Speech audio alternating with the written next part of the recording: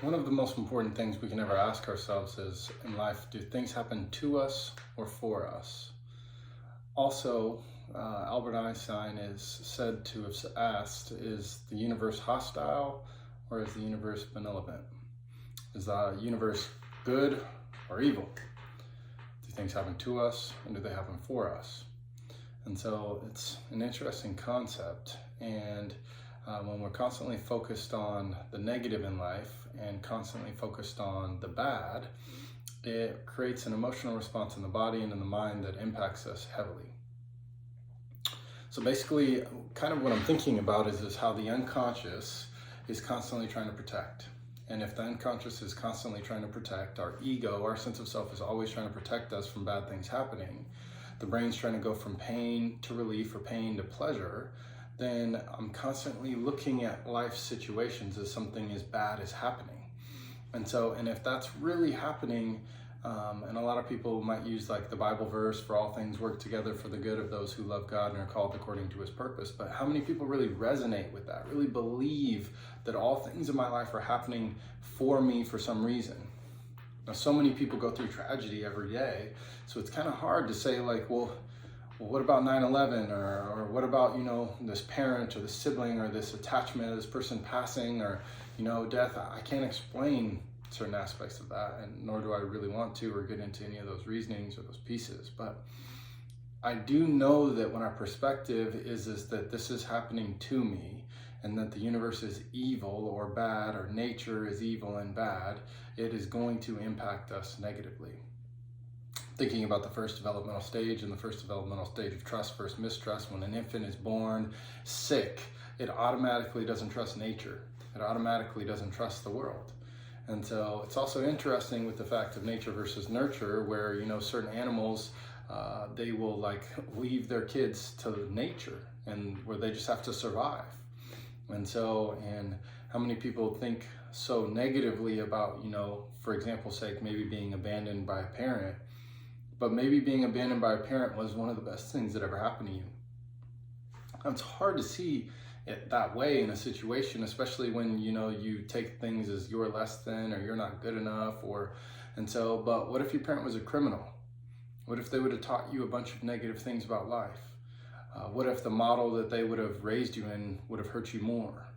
And so what if you getting away from the people that them, your parent, and were raised by someone else, even if that person created trauma in your life, was still better than this other side? Or maybe better is the wrong word too, but still allowed space for you to be more resilient, or maybe you were safer in that situation.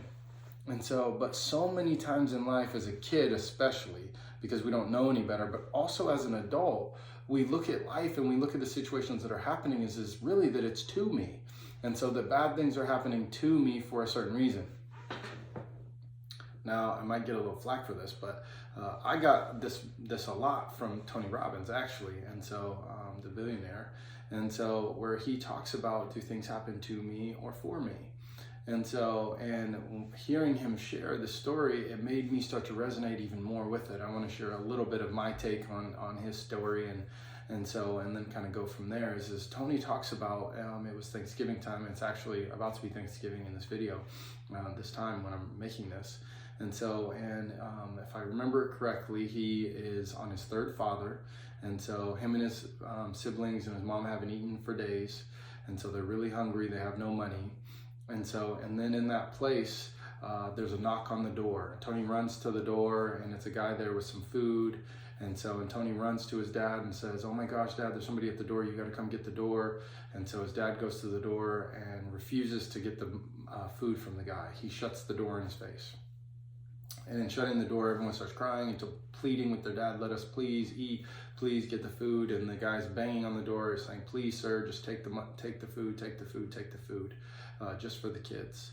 And so Tony says that was the last time he ever saw his dad. Being on his third dad, this is one that was like the closest thing to a dad to him. More bad things started to happen. Eventually, Tony ended up being homeless. And then from there, at one point in time, he ends up trying to return the favor of that Good Samaritan and like giving to someone else. And there's two families that he gave to. And so long story short, while Tony is homeless and has no money, he gives to them. And then now let's fast forward to just recently. Tony has now fed over 1 billion people. And so, which I think is one of the most beautiful things in the whole world. And so, inspires me personally every day to give to more people freely, as well as to just see how something so tragic and so painful and so actually could turn out to be, something good in his life that now has blessed literally over 1 billion people. And so did that Thanksgiving then happen to him, or did it happen for him? Did, being homeless and not having any money happen to him or for him? And so does it make him appreciate things now? And I'd ask you the same thing, especially in the midst of tragedy. Is it making you more resilient? How can you see this situation from a different way? And so positive thoughts bring us benefits and advantages we desire, but when we see things as it's happening to me and it's this negative situation, I'm tired and I'm exhausted and I'm burnt out, and that might be true. And there are horrible things that happen. There is grief in life. There is an emotional response in life. But our emotions, I truly believe, are trying to teach us something. They're trying to help us in some sort of way. They're trying to teach us something. And in that process of teaching us something, we have to learn what that is. And so anger is protection or feeling out of control. Sadness is I don't like this state of being. I don't like where my life is. I don't like what's happening. So anxiety is also protective, and I need to protect myself. And remember, the ego is always trying to protect itself. It's always trying to keep you alive, both physiologically and psychologically, but more physiologically than psychologically first. And that's why that root need and that root chakra survival, we have to figure out how to survive. And once people get in survival or get out of survival and get just in that place of stability, a lot of times, especially when they experience trauma as a kid, then they just stay. I'm safe now. I don't have to go and I don't have to push myself. I don't have to reach anymore. And it creates this level of just safety that's there, which leads to a lot of times people being more stagnant and not generative. And stagnation is the 7th of 8 developmental stage, one of the 7th of the 8 developmental stages from Erik Erikson, generativity or stagnation. And that impacts the brain, that impacts the body so quickly. And when we get stagnant, it hurts us most of the time. And so we're really always. But a lot of times people get stagnant because people have hurt them. Or life has hurt them. They can't, again, trust nature. They can't trust the world. But also our perspective on the situation is huge, because if we can see it as a way of I'm growing or I'm learning or something different is happening to me in this, or what good could have happened in this instead of what I was expecting or hoping, it's hard to say. But when we can see it from a different perspective and a positive perspective, a lot of times good things can come from that. It doesn't mean that the situation still isn't hard emotionally. It doesn't mean that anything really there other than I need to cope and maybe need to redirect my energy. But when we can really take on and accept the fact that things happen for me, and if Christians believe all things really work together for the good, well then how do I have more gratitude for the situation I'm in? How do I really hope more in the situation that I'm in? How do I not now even I'm not going to say you want to hope for bad things, but at least when they're here, you can even just say I know I'm okay in the midst of this storm. And the picture I want to give again, I'm thinking about is the Bible again, and I'm thinking about Jesus and the disciples, and they're in the boat and they're going from one side of, I don't remember exactly which sea they were on or which lake they were on, but they were going from one side to the other. And all of a sudden there's winds and waves, and the external outside of them looks like chaos. Jesus is downstairs in the bottom of the boat. And in that place, then now the winds and waves are going and it's crashing out. I have a boat, and I don't know if you've ever ridden a boat, but when the waves are going and the wind is going, you can start feeling scared quick. Anxiety, you feel panic and fear, and the body's instincts are saying, red alert, red alert, red alert, we're in danger.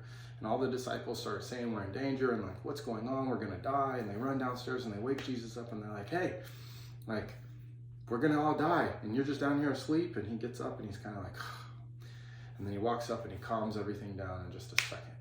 And then all their fear and everything dissipated, and they were in awe and in shock, and they were just blown away at the fact that he just was able to control the winds and the waves. And so he was able to just control nature just like that. And it's a good picture to me is that something on the external makes us feel so anxious and all these pieces on. But at the same time, if they would have had the mindset of, I know that I'm okay no matter what happens, that this is for me, if I die, if I don't die, whatever happens, I'm going to be okay, it would change their whole dynamic on the boat. It would have created a lot more faith. It would have created a lot more in that situation. It would have allowed a lot more peace, a lot more contentment, more joy. It would have given them more emotional control. It would have allowed them to know that they could be okay, which is going to help their mental health, which is going to help their body, which is going to help their stress levels, which is going to help them. Now, not saying that they shouldn't have that fight or flight response. That's also is instinctual and is okay, but also being able to have that response and then tap into that in a good way to be able to then help navigate through the situation versus going into a panic and reacting, in a trauma response or reacting in something negative. And so I don't want to say that trauma is bad in a sense where it impacts us for sure. And so, but also we can also potentially maybe some of the trauma that we've experienced also can help us to then maybe eradicate more trauma in the future. And so I'm hoping that that's making a point there where you're seeing. And so I can't explain, and I don't want to say just, look at every bad thing in this way, but at the same time, when we can take ourselves out of the situation emotionally, and so it allows a lot more space to be able to look at it objectively and to see some of the growth in it, as well as then learn our own integrity and learn from the situation more than beating ourselves up or not trusting nature, not trusting ourselves, feeling lower about ourselves, anything negative that's coming from that. And so I challenge you to just try and look at some situations and see how some of them, some of the negative things in your life have actually turned out to you being more positive in certain ways. And so, or have blessed you in certain ways, or something that could have been negative or could have been worse wasn't as bad. And so how you've been refined, or how you've been more resilient, how that, bad breakup then turned into the best relationship of your life, or you get fired from one job and then get the thing that you want with being with your kids, or finding a better job, and so in the moment it looked really bad, but then afterwards you can look at it and kind of in hindsight and kind of see the difference. And that's kind of my point is that my hope in this is that more people can be in the midst of a storm, in the midst of pain, and then they can then be more okay, more grounded, more rational, more themselves, more their best version of themselves, and help people around them versus getting into this emotional turmoil, or after that moment, really spiraling into sadness and depression, stagnation, despair. And instead of going into those negative places, still being able to be generative, still being able to give, still knowing their identity, still being able to help the people around and give to the world, and really learn from those situations so that you can build your own integrity and then walk in your own integrity and try and really live in that place for you. And so I hope that that's kind of helping some, and I'm going to elaborate more on this in the future. And so, but do things happen to you or for you?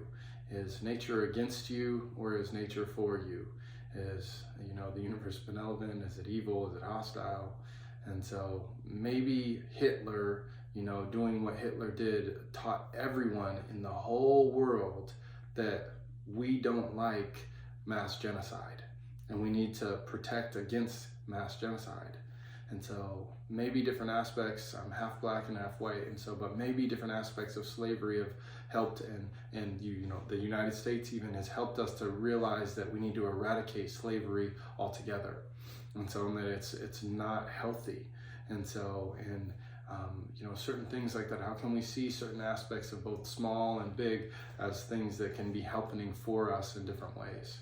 And so, and when we can see things as happening for us, and so for the world in good ways, then I think more good will come of it. I think that we'll be more happier. And so, I challenge you to try and see some more in your life from this perspective.